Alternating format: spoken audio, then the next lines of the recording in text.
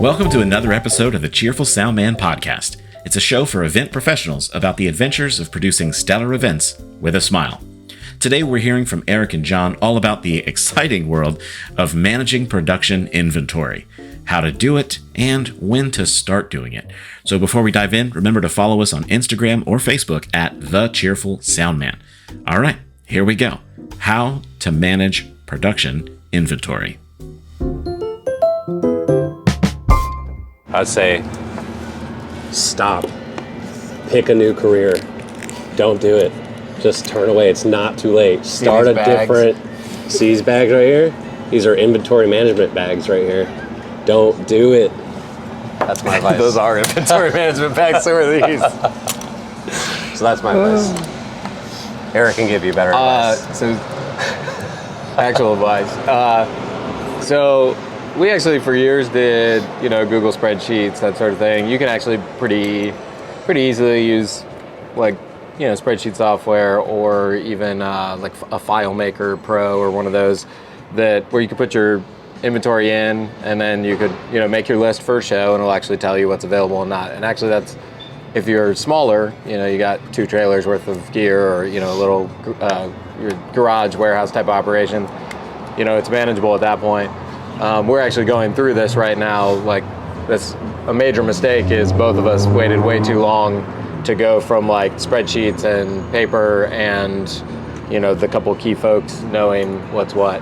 Yeah, so I would say, we, for a long time, even actually just maybe 2-3 years ago, we were still at a point where we were, well over $1 million a year business and doing real quantities of shows. And we were still mostly doing it out of myself and a couple of our department heads, us knowing the gear and just talking about it and say, hey, I'm going to use this one on this one. I'm going to use this on this show.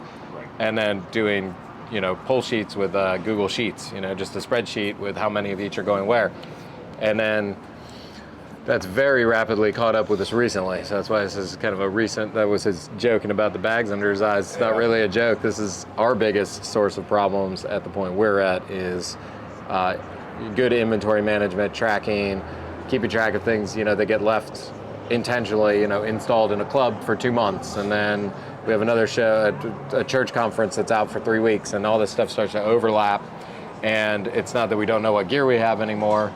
It's that, it's the amount of time and energy it takes to look through 10 invoices, right. 12 invoices, 14 invoices, whatever, and figure out and do the matrix of what's where versus, inventory management software, such as we're using Current RMS. There's RentMan is I think an even cheaper one. There's actually a lot of them that are, probably even make sense for a smaller operation as well. That allow you to, it tells you if it's overbooked, if it's already on something.